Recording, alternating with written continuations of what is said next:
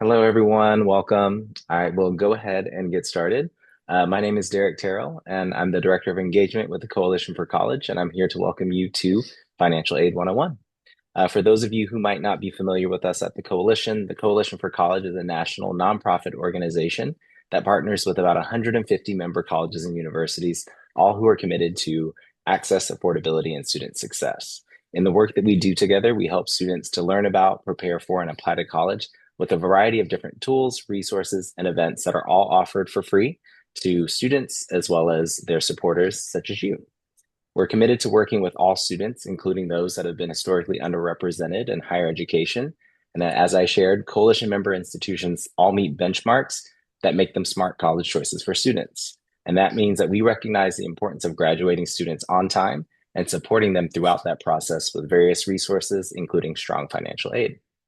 So, a little bit about the goals for today and the ways that we're able to support you, our counselors and our community based organization advisors, in being able to learn more about financial aid and that process. So, in this session, our goals are to share a basic understanding of financial aid, including an overview of what it is and why it's so awarded, understanding both need and merit based aid, and also giving you tips to think about when you're working with families and navigating the financial aid process.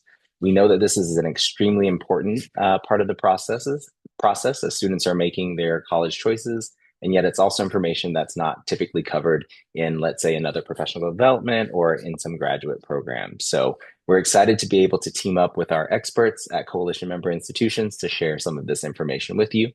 If you don't already have this marked on your calendars, in 2 weeks, 2 weeks from today, we're also going to be doing another session that goes into greater depth about financial aid with financial aid case studies, which Chad will be also leading.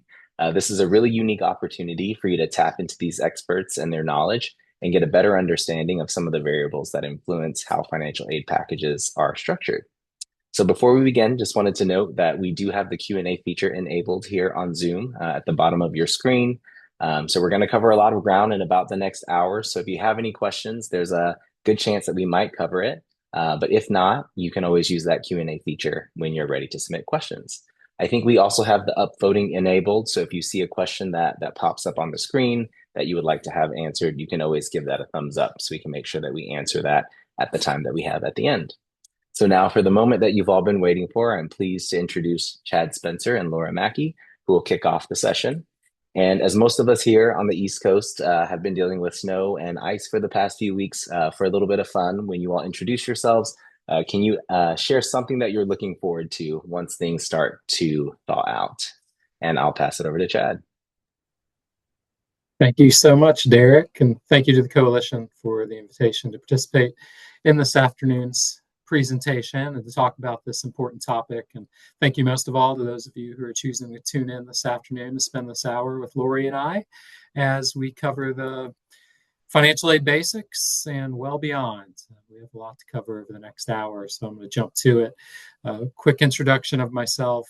Yes, Chad Spencer, Vice President of Enrollment Management at Center College, which is in central Kentucky, Danville, Kentucky to be exact. We're a college of about 1,400 students, entirely undergraduate, very much a traditional liberal arts place, a place that prides itself on academic excellence and a global experience, and that about 85% of our students study abroad. Also, very proudly, a place that meets 100% of calculated financial need for all of our admitted students. So a place that's very generous in its aid awarding practices and is making the commitment to meeting need to allow access for students who otherwise might not be able to experience a place like a Center College. I've done this work for 27 years. Gosh, yeah, 27. The last two of which have been here at Center College. The 18 prior to this at Davidson College, just outside of Charlotte, North Carolina, and the 7 before that at another liberal arts institution in North Carolina, Lenore-Rhine College, now University in Hickory. So that's my background. What am I looking forward to as things thaw out? You know, Derek, they finally thawed out yesterday as temperatures reached almost 70 degrees here. So it was amazing to see how quickly the ice melted. But I look forward to not having to worry about slipping and breaking an arm on the ice. I also recognize now just how much I appreciate being able to see grass. So I'm going to spend time gazing around campus at all the beautiful sights that Center's campus has to offer. Lori, over to you.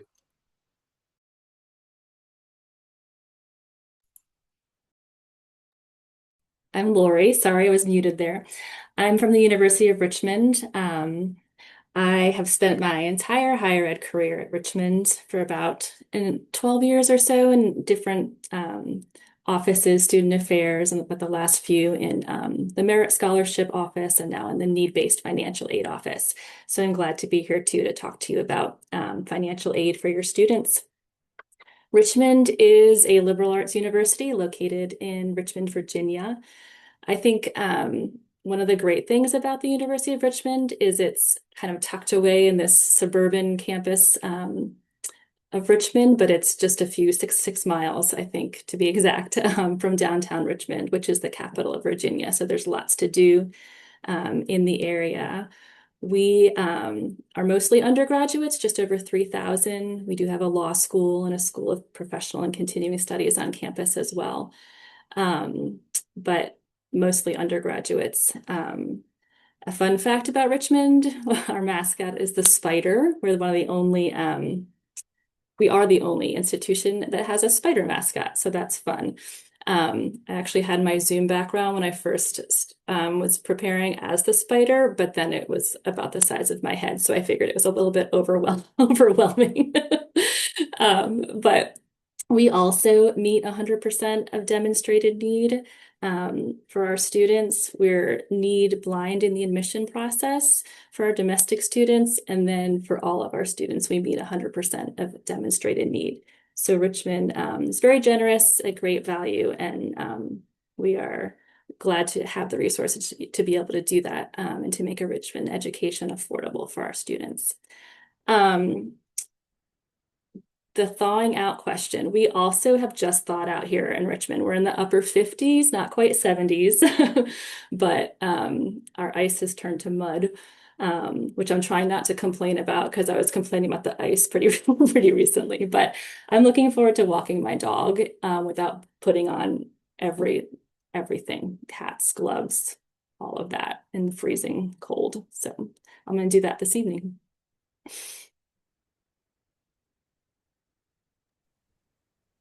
Great.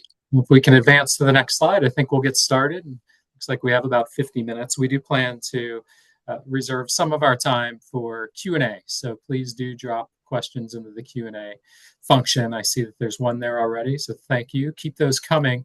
What Lori and I will set out to do, I think, is answer a lot of your questions through the content that we deliver this afternoon, but don't let us get away without getting those questions answered that will help you to assist families in navigating this process. So as I think about what financial aid is and why it's awarded, I can't help but think about some of the principles of need-based financial aid first. And some of those include things like families have the primary responsibility of paying for college or to do their part to pay their portion of the student's cost of attendance. And we expect them to do that to the extent they are able. So financial aid offices, including Richmond and here at Center College and all others, we're ultimately trying to determine a family's ability to pay, not necessarily their willingness to pay. And we know those two things can be very different. So we're calculating ability. And we do believe that income and assets reflect financial strength for families. Ultimately, it boils down to available resources, and those with greater resources are going to be expected to contribute more. It's also important that we have a fair, consistent, and equitable process in place, and that will then allow us to apply similar treatment to people who are in similar circumstances, which should mean ultimately that the result we calculate is very similar in cases where those families share those similar circumstances. One thing to say about circumstances is that we understand well that there can be unusual circumstances that arise for families. So if they are facing unusual or extenuating circumstances regarding their finances specifically or something else that's impacting their finances, then of course we'll work to consider those circumstances as possible. And then finally, as colleges are working to manage their resources, and Lori commented on Richmond's fortunate position in that it has the resources to meet financial need and to be need blind. They are finite, and so we therefore have to manage those resources in a responsible and, again, equitable way. So I just wanted to lead with some of those principles. And then why is it that colleges actually award financial aid? Well, ultimately, it's to make our education accessible for qualified students to gain from the experience. So we provide aid so that students can say yes to us and hopefully say yes to us confidently as it relates to their own financial circumstances. We also hope that students will be able to enroll to their first choice college or university. I'm a firm believer in fit. And I think if a student identifies a place as a best fit for them and they are then able to enroll to that college or university, they're more likely to be successful there than if they have to settle for their second, third, fourth, or seventh choice for that matter. So if they find that perfect fit, gosh, I would really like to see them have the opportunity to enroll. So those are some of the principles and then the whys behind financial aid being awarded.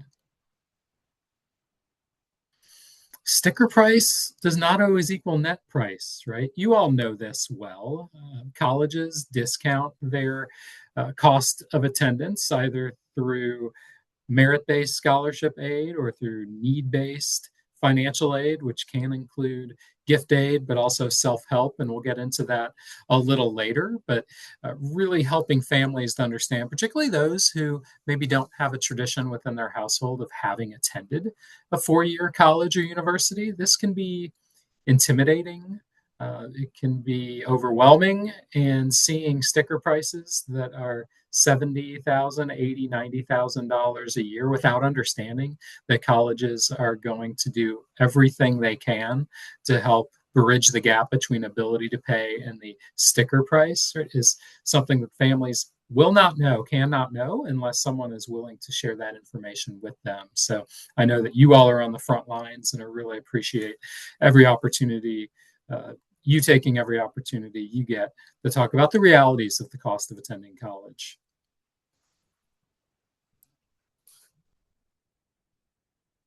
The NCES, National Center for Education Statistics, which does a great job in helping us to understand what's happening out there in the greater landscape among students and families who are pursuing college education.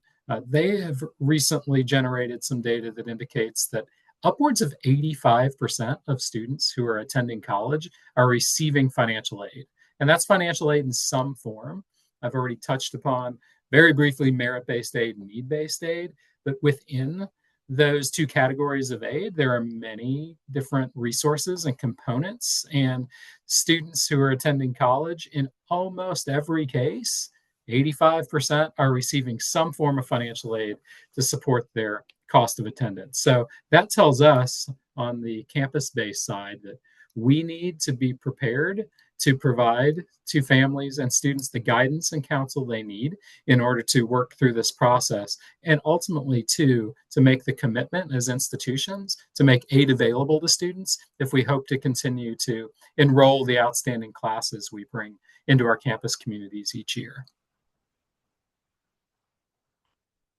So to jump back to this idea of merit-based aid and need-based aid, as students are thinking about their opportunity to receive financial aid support, it's important that they keep in mind it can come in two forms if we want to lump financial aid into two large categories. One is gift aid. And simply put, gift aid means it doesn't have to be repaid and it doesn't have to be earned. And students are going to receive that gift aid in the form of scholarships, which more often than not will be awarded on the basis of merit, or they will receive it in the form of grant aid, which often is coming in the form of need-based aid. Neither scholarships nor grants have to be repaid, nor do they have to be earned. Now, one quick comment on language students may find within financial aid awards packages. Sometimes scholarship and grant can be used interchangeably, And students shouldn't get too hung up on whether or not the aid is being provided through scholarship or grant. They need to focus on whether or not that aid is gift aid or self-help aid. And self-help does have to be either earned or repaid over time. In the case where it has to be earned, it's being provided in the form of work study or student employment. I've been on campuses where the terminology is work study. I've been on others where it's student employment. Ultimately, students have to work to earn those dollars. And in most cases, they're going to be paid directly by the college or university based upon the hours they have worked. And then the students will have choice as to how they direct those dollars. In my experience, most students are taking their student employment earnings and they're using those earnings to cover miscellaneous expenses. So indirect expenses, not tuition and fees in most cases, not room either if they're living on campus. More often than not, it's to go out and get pizza with their friends. It's to go to the movies. It's to participate in some outdoor activities and trips that may charge a fee. Students may also be offered loans, and of course, it is up to them as to whether or not they choose to accept the loans that are offered to them to help cover a cost of their attendance. Most federal loan programs are going to ask students to begin repayment beginning 6 months after they leave college. Hopefully due to graduation, right? That's a part of entrance counseling where we talk to them about the realities of repayment of student loans. But students may borrow if they wish, as long as they complete a FAFSA through the Federal Stafford Loan Program. And if they do, then they should expect repayment to begin beginning 6 months after they graduate.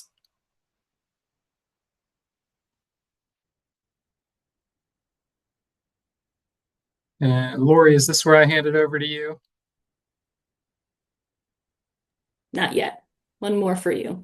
One more for me. So let's then break out our aid a little bit farther into the need-based and merit-based. And I feel like I've already explained this pretty well, but need-based ultimately is provided through resources that may include federal grant programs, state grant programs in states where they exist and are available to residents, and also from the institution, the college, or the university.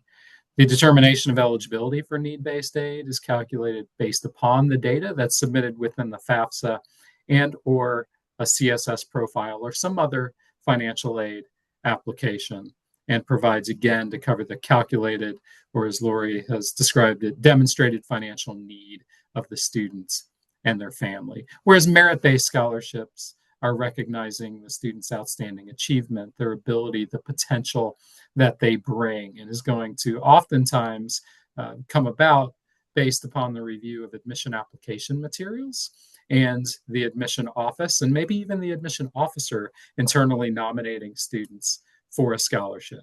Or it may be that the student has to complete a separate application where they are self-nominating for a scholarship award, or it could be a nomination process by which a college counselor has to nominate a student for a specific scholarship program. And to be clear, not all colleges award merit-based scholarships. And typically there's an inverse relationship between admission selectivity and scholarship availability, meaning those that are the most selective institutions are often less likely to award merit-based scholarships than colleges that are less selective. Now over to you. All right, we're going to take a look at need-based aid, talk specifically about that for a few minutes. Really the first step in determining whether a student is eligible for need-based aid is for them to submit an application and to apply for it. Students should go to the sites of the schools that they're interested in, to their financial aid page, and just kind of take a look at what their application requirements are and the deadlines, because they can vary by school. And it's also just a good practice to kind of take that information from the get-go and keep track of it somewhere, like a spreadsheet or something, because different deadlines, it can get confusing. So that's a helpful way to organize that information. But almost always there's going to be a FAFSA required. And then sometimes a CSS profile. That's another common one that you'll see required by a few hundred institutions. So I'm going to just kind of talk through both of those generally. The FAFSA is the free application for federal student aid. We're going to go back one. Yeah, thank you. The free application for federal student aid, which is a pretty explanatory name, administered by the federal government by the Department of Education. If a student hasn't, if they've never done this before, they're going to start by going to studentaid.gov and creating an account there, an FSA or a federal student aid ID, and that's going to then give them access to the FAFSA form. And this is a free form, that should be on the government website. Once they've started the FAFSA, they can go back to fafsa.gov and get themselves there that way too. Just kind of saves a click. But if they ever find themselves on a site that's asking for them to pay or anything, then they're not in the right place. This is a free form. And the information that they put in, we're going to talk in a slide or two about the type of information that goes into that form, but that's processed by the Department of Ed to determine an SAI or a student aid index. And schools then use that to determine the student's eligibility for federal aid. Some schools use it for state aid, and then some even for school-based aid as well. So the deadlines, like I said, they vary by college. The form itself is available October 1st. So, for example, students who would be entering this fall, college this fall, in fall of 2026, they're filling out the 26-27 FAFSA. But that form was available October 1 of 2025. So they can fill it out anytime once it's available. In a lot of cases, the sooner the better is what we advise students, especially in the cases where that state aid or that school aid is being awarded based on the information. It's better that schools get that as soon as possible. And then students would need to fill out the FAFSA annually to determine their eligibility for need-based aid. The CSS profile is administered by College Board. So to create an application, they'll go to College Board's website and create an account there. This is to determine need and the family's contribution to determine need for institutional aid. So it's non-federal aid. The schools that are using the profile generally give a good amount of institutional aid. And so this is actually a way to help some families who may not be eligible for federal aid, but given their information that goes through the profile, they may be eligible for institutional aid. This is a fee-based form. I believe this year it's $25 the first time you fill it out, and then each subsequent school is $16. And again, the deadlines vary, so you're going to want to pay attention to the deadlines there. And then I did want to mention with the profile, Richmond is a school, like I mentioned, that collects the profile. And this is where paying attention to the website of the school is important. So we also collect the tax returns along with the profile. And so once a student submits a profile, they're going to get information. For us, it's IDOC, the College Board's IDOC service, instructing them how to send tax returns to us. So that is sometimes connected to the profile as well. But like I said, you're just going to want to pay attention to what the school requires and those deadlines. Skip logic is mentioned on both for both the FAFSA and the profile. Depending on the way questions are answered, it's a dynamic form. Both of these forms are dynamic, so it's going to kind of take the student through and maybe skip some questions depending on how they do answer. And then the profile, it may be required annually. That's up to the school. They may some schools just collect that information the first year and carry it forward. Other schools are going to want it each year. And similar to the FAFSA, profile is available October 1st. So then talking about what is actually collected through the FAFSA, you're basically looking at income, the household size, and asset information. And I'm going to talk in a minute about how income is collected. But in the case of assets, what you're gonna need to enter that information. And so you're looking at the balance of bank accounts, investment accounts, the value of real estate, things like that. And so one tip, I think one thing that can make both the FAFSA and the profile frustrating to fill out is if you start and then you have to stop and go find your account statement for for something, then you have to stop again and and then go back and forth.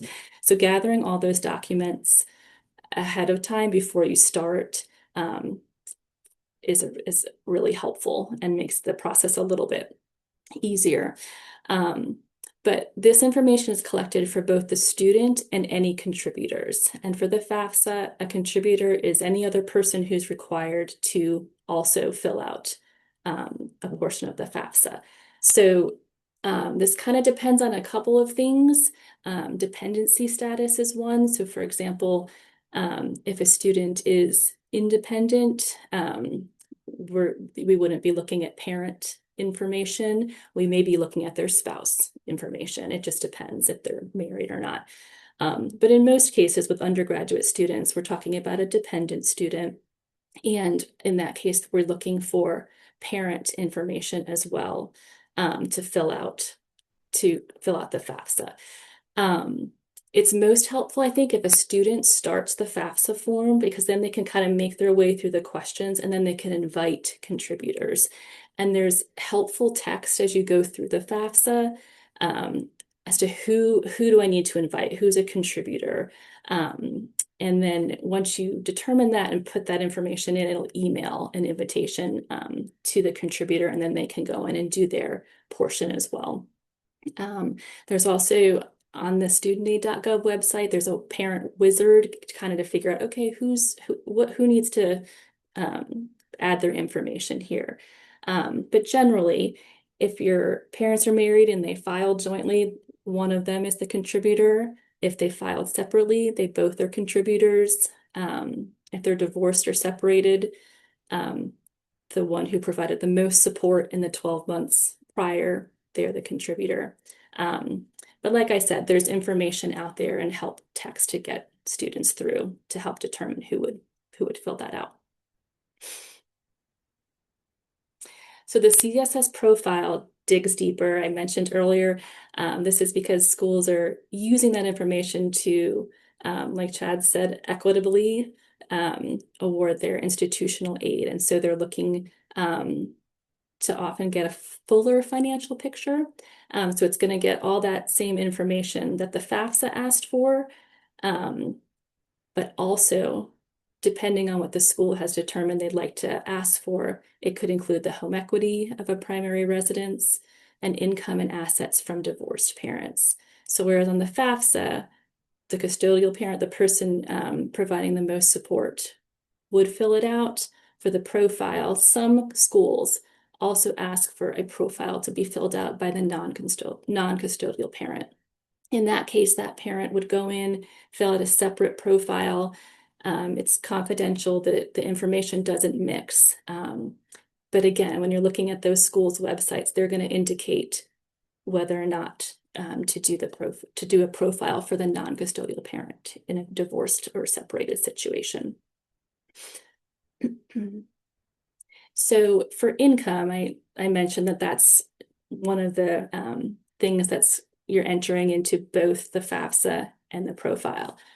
With the FAFSA, well, first of all, for both of them, you're looking at income from prior year. And so again, you're taking when the student is entering. So for fall 2026, for example, students entering in the fall, when they fill out their financial aid application, we're looking at 2024, 2 years prior, tax information, income information. For the FAFSA, there's the direct data exchange tool. And when you set up that FSA ID that I mentioned through the studentaid.gov account, you're basically getting your login information, and that's you're signing and you're giving consent and approval as part of the FAFSA form process for tax information to be transferred from the IRS to the FAFSA form.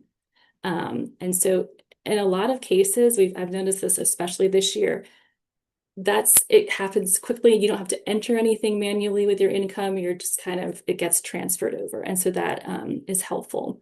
There are certain times when that doesn't transfer. If someone has filed an amended return, a foreign tax return, things like that, they're going to have to manually enter their income. I just want to point out that's not the case for the profile. There's no data exchange with the profile.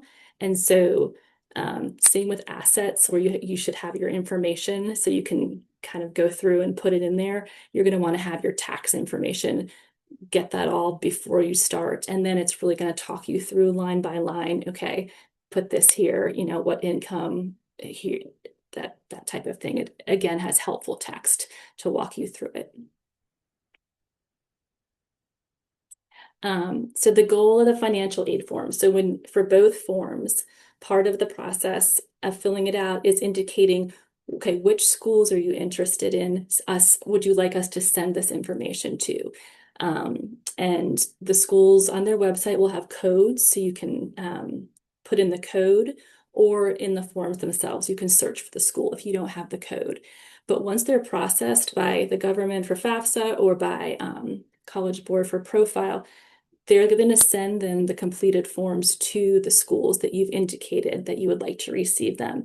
The schools then use that information, the SAI and the expected family contribution that comes from those forms, to determine your eligibility for need-based aid. And so that, especially with awarding of institutional aid, schools have their own policies and institutional goals and priorities in terms of how they're doing that sometimes, but you would ultimately get a financial aid offer from the schools, kind of that end of the process step. Chad, I think we're back to you.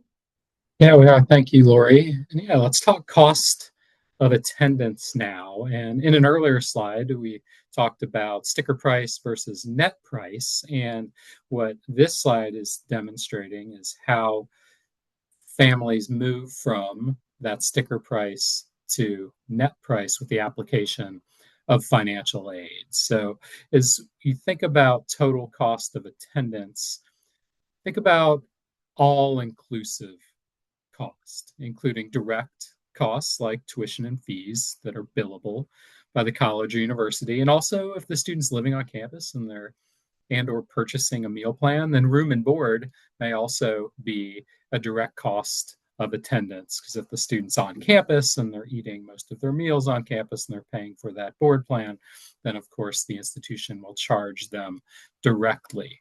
Indirect costs include things like the books and supplies that students will need for their coursework.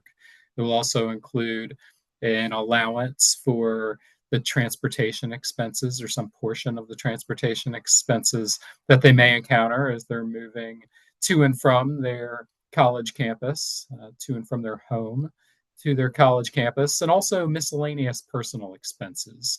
We will include within the total cost of attendance an allowance for the costs of being a college student that fall outside the bounds of the direct costs and the other indirect costs that I've already touched upon. And just to give you an example, here in central Kentucky, we think a couple of $100s a month will support the students' miscellaneous personal expenses, because most of the costs of extracurricular activities and entertainment and other opportunities provided on our campus are included within the tuition and fee structure.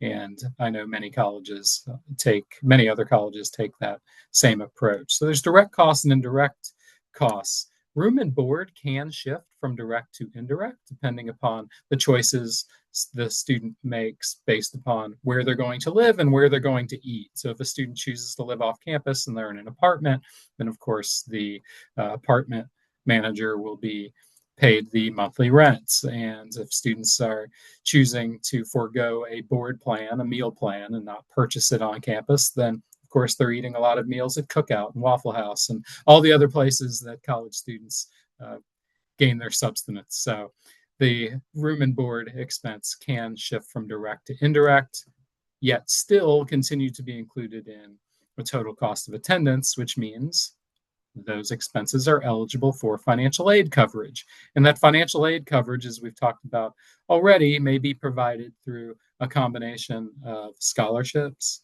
grants, and also other resources, things like work and student loans.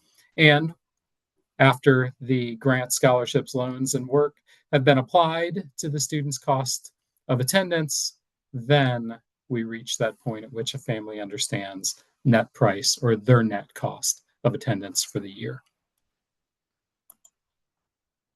What happens in cases where that net cost or net price is greater than zero? How is it that families go about paying? And how do they go about paying beyond the scholarships and grants that they are receiving? I like to think of kind of four ways in which the cost of college is paid for. One is those scholarships and grants we've already touched upon. Another is savings that families have accumulated over time. I can remember when my 24-year-old was born, one of the first thoughts that crossed my mind was, oh my gosh, there's going to come a point in time where I'm going to have to pay for this child's college education. So we need to think seriously about how we're going to save for that future cost. So we opened a 529 college savings plan. And while it got nowhere near a value great enough to pay for his full cost of college attendance, it did pay for a few semesters. So savings is a great way to pay for college. Another option to most families is present income. What can they afford from their current income to contribute towards the student's current cost of attendance? And then finally, there may be borrowing options and work options available to the student. So the cost of work is time, right? The real time that students have to spend earning those dollars. And if they borrow, then there's going to be the future cost that comes with repayment, including interest that they will have accrued while they were enrolled in college, or will begin accruing after they have graduated. And then lastly, and these can fall into the scholarship and grant bucket potentially, but outside resources, which means simply resources other than the college or university or the federal or state government. Students may apply for outside scholarships, and if they receive them, then take those dollars and apply them towards their cost of attending college. Whether this is right or wrong, I'm not entirely sure. So counselors out there, please forgive me if I'm misguiding students, but I often tell them your best first source of information is your college counselor within your high school, because they likely have greater awareness of local scholarship programs and opportunities than someone like me will have. Right. I live in Danville, Kentucky. So unless I'm in greater Danville, I'm not going to have a sense for where the best places are for students to pursue those scholarships. So I encourage them to start with you and then build from there. The loan options that we've touched upon already, by virtue of completing a FAFSA and being a first-time college-going students will have access to the Federal Direct Stafford Loan Program. First-year students may borrow up to $5,500, and then as sophomores, $6,500, and during their junior and senior years, $7,500. So that's $27,000 in total borrowing eligibility through the Federal Stafford Loan Program.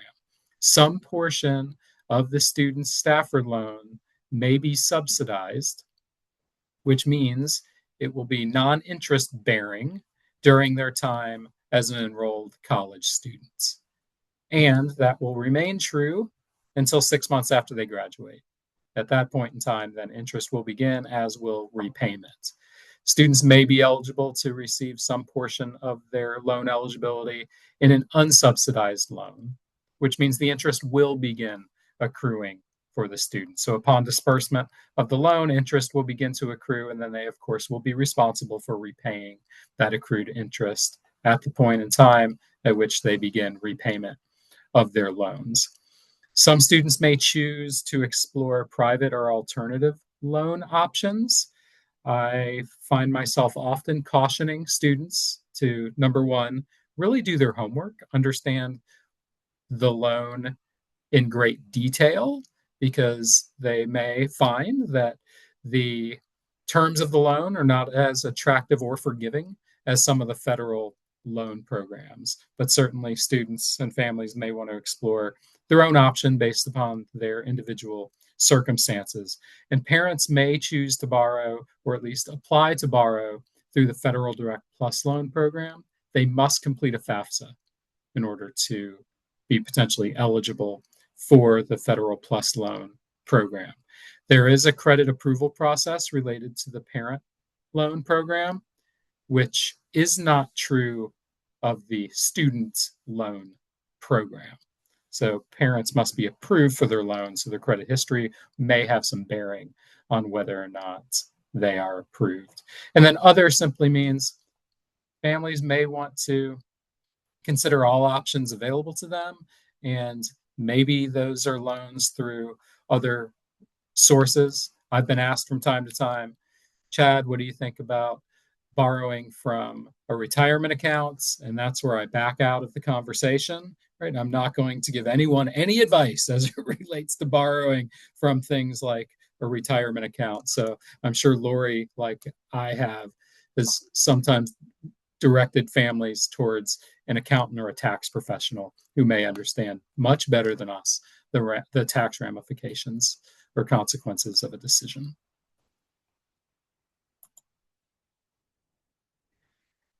So I got a little ahead of myself in talking about college costs not having to be paid all at once, but that's fine. That'll just move us along quickly. But just a quick recap that saving is a great way to pay. And then current income, and then borrowing, of course, comes with that cost of having to repay interest. My experience tells me most families are using more than one way to pay for college, if not all four of these options. And that's okay. Let's compare financial aid packages for different institutions at varying price levels. And as a reminder, cost of attendance as it relates to this exercise is that total cost. It's tuition fees, room and board, books and supplies, transportation expenses, and miscellaneous expenses. So all in cost of attendance. And you can see we have pretty wide variation in total costs, ranging from the public university at a $32,000 cost of attendance up to private number two that's pushing $90,000 a year. We drop down one line to the student aid index row. We're seeing the one constant on this screen, $20,000. And for ease of working through this exercise, we're making some assumptions here. The assumptions are, we've all collected the same data. We've all applied the same formula, and therefore we've all calculated the same result.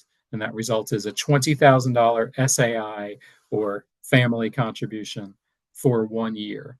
So that then leaves us with a financial need, which is variable, again, because of the variable cost of attendance. In a private one, we see $58,000 in need, so a fairly high need case. At private two, $69,000 in need for the year, so yet higher financial need in terms of real dollars. Private number three, more modest at $37,000, and then at our public example, $12,000 in need. So slightly greater than a third of the total cost of attendance. So not a high need case at all.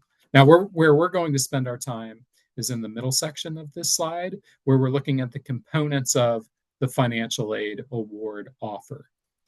And these components are broken into gift aid, that's our merit and our need-based aid, and self-help, the student loan and the work study. And this is where families need to be prepared to do the work of understanding what is what, so they can ultimately work to a bottom line understanding of what it's going to cost their student to attend one of their options. And to be clear, well-qualified students, as you know, are going to be offered admission to more than one college or university, which means families will be issued or students will be issued multiple financial aid offers, and they're not always going to look the same, nor are they always going to include the same components. So taking on private number one, we're with $58,000 in financial need. We see $0 in merit-based aid. We, however, see a need-based grant of a whopping $55,000. There is no loan as a part of this financial aid package, so we are assuming that this is one of those rare places that meets 100% of calculated financial need and does so without student loans as a component. A $3,000 job, meaning the student may have to work 10 or 12 hours a week over the course of the academic year to earn the $3,000, bringing us to a total aid of $58,000. 100% of need has been met, and this family will be asked to pay the $20,000 student aid index for the year. Shifting over to private number two, we see that financial need and total aid match at $69,000 for the year. So we know again, this is a case of an institution that meets 100% of calculated need. $0 in merit-based aid, but a $63,000 grant award. So free money doesn't have to be repaid or earned. We see a student loan of $3,500. $3,500 is the maximum eligibility first-year students have to receive a subsidized Stafford loan. So this is the non-interest bearing Stafford loan available to first-year students. A work-study job of $2,500 might mean 8 to 10 hours of work over the course of the academic year. Our total of $69,000 in aid leaves this family paying the $20,000 SAI and the student repaying the loan and the interest later. Private number three, we see $37,000 in financial need, and we're seeing for the first time a merit-based scholarship. So this student is being rewarded for their outstanding achievement, their strength, their community involvement. Who knows? It's up to the college or university to determine what it is they're rewarding through merit-based scholarships, but $20,000 right off the top. And that offer of merit-based scholarship can occur at the point of admission being offered. Colleges, again, will determine their own timelines, but often merit-based scholarships are awarded just after the student is offered admission. There's a need-based grant of $5,000. There's also the student loan for $5,500. So this is the combination of subsidized loan plus unsubsidized loan for the sum total of $5,500. A work-study job covering $1,500, bringing us to a total aid award of $32,000. So we're seeing for the first time a gap in the financial aid award, leaving the family with $5,000 of unmet need and them having to pay $25,000 for the year and the student repaying the loan and the interest later. And finally, at our public university, where there is $12,000 in financial need, we're seeing a combination of need-based grants plus student loan, meeting 100% of calculated need in this case, the $12,000 in total aid, meeting that need, and the family paying the $20,000 SAI and the student repaying the loan and the interest later. So we just wanted to give you some sense of what financial aid awards packages may look like at places with different levels of cost of attendance and different aiding philosophies.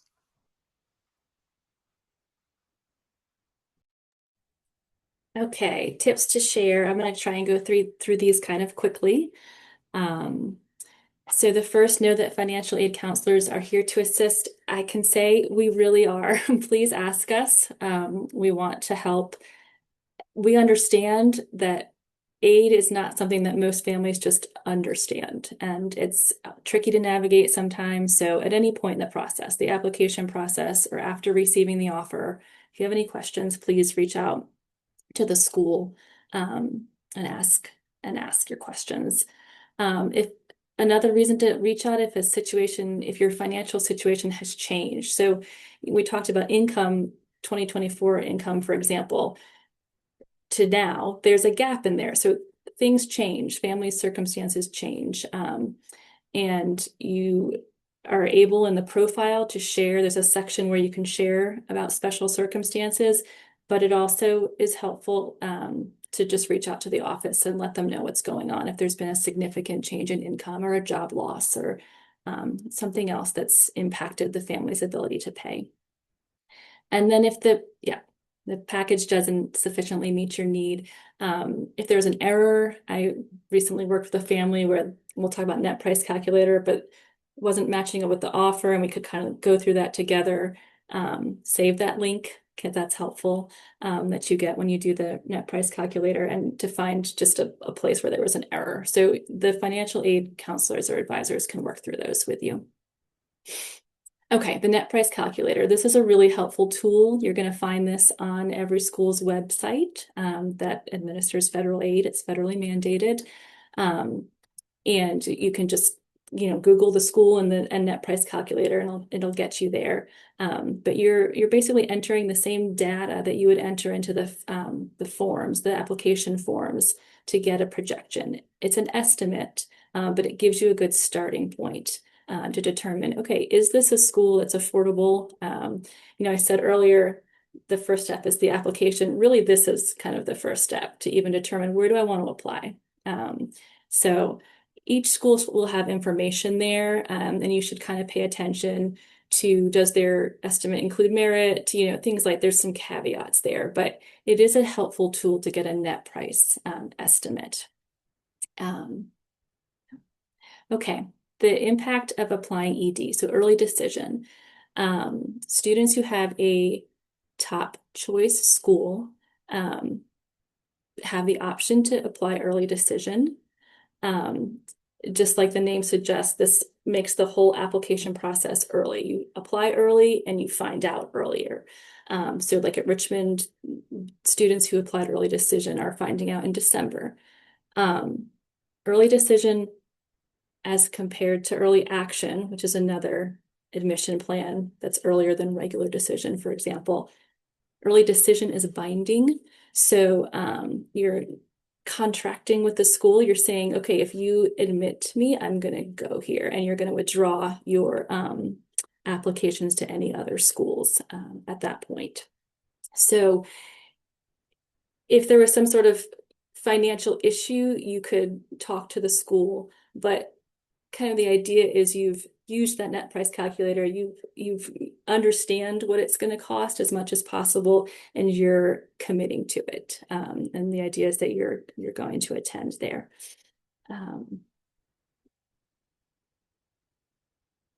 Okay, we mentioned this a little bit. Is an institution need blind or need aware? I used Richmond as an example. Need blind in admission, meaning that the family's financial situation, their ability to pay, is not part of the admission process. They're completely separate. It's not taken into account. That's the case for our domestic students. Some schools, that's not the case. So that would be something to know about the school if they pay attention to that as part of their admission process. We talked about early decision already. And then it would be helpful to know if you apply each year for institutional aid, or if there are some schools that they determine that the first year, and that carries forward unless there's a significant change along the way. But a lot of schools, it's an every year application process for need-based aid. Okay, scholarships, so merit aid, where it's not need-based, but you've received the merit scholarship. It's important as well, though, to determine, okay, is this a merit scholarship for every year? Is it renewable for 8 semesters, for example? Are there requirements to keeping the merit scholarship? Is there a GPA requirement? Are there other requirements, things that is there a major or minor that I have to declare in order to get this scholarship? All those terms and conditions which should be available to you when you're offered the merit scholarship. Another important question is kind of this merging of merit aid and need-based aid. At some schools, merit will reduce a need-based grant, right? It'll meet the need that the need-based grant was meeting. So you need to ask. It's important to ask if you're getting a combination to understand the policy of the school. Similar idea with outside scholarships. Students should look for outside scholarships. I think Chad talked about that a little bit as a way to pay that difference, that remaining balance there. And local organizations, things like that. Those are great places to find your employer, your parent's employer, all sorts of sources. But it's important to understand if you have a need-based aid package, how it impacts that. It can replace in that self-help aid section. If a financial aid package includes a self-help portion where there is a loan offered or the eligibility for student employment earnings, the outside scholarship can replace that. At some schools, once it's met that, once the outside scholarship has replaced that, it could start reducing the need-based grant, the institutional grant from the school. So it's just important to understand those policies for how a school handles outside scholarships that do not come from the university itself. And we've talked about this, keeping close track of deadlines. I was mentioning this to Chad and Derek when we were kind of meeting that I have a senior high school student, a daughter, and so have been going through this process this year, which everybody says, oh, that must be so easy. And then I think maybe they don't have a 17-year-old daughter, but it's been good. But I've been amazed at how many deadlines and different deadlines and how important it is to keep track of them. A separate spreadsheet or some other tool to keep track would be really helpful. It's the admission deadlines, the financial aid need-based application deadlines, sometimes a merit deadline if there's a separate application. Lots of deadlines, so keep track of them from the beginning. And this is true. College is an investment that lasts a lifetime, and I think is the reason that we're doing the work that we do is we're trying to help families go where they want to go to afford an education with the understanding that it's affordable, but it's also valuable. That's what we want, knowing that it sets students up for success as they go into the future for those, soft skills and for the career that they're pursuing. Awesome. Thank you all so much. We are right about at time, but it looks like a lot of the questions were already answered within the chat, which is really great. So thank you, Chad, for also answering those questions. And I think you all did a really great job of covering the ins and outs of financial aid. So appreciate you all for that. For everyone who is on the call, thank you for joining us. We're going to drop a link to a survey in the chat. And then just a reminder again, in 2 weeks, we are going to have those financial aid case studies. I did see a lot of the questions that were coming in were a little specific and asking about situations. And I think that's a perfect place for you to come back and see how some of those things are going to be working out. So thank you again, Chad. Thank you, Lori, for taking the time. And thank you to everyone who submitted questions as well, and for your time and your attention. And I hope everyone has a great rest of their day. And hopefully those who are not all the way thought out like me here in New York, that you will be thought out very, very soon and be able to enjoy some of the sunshine. All right. Thanks, y'all. Thank you, Thanks, Derek. Chad. Thank you, Amanda. Thanks, Lori. Thanks. See ya.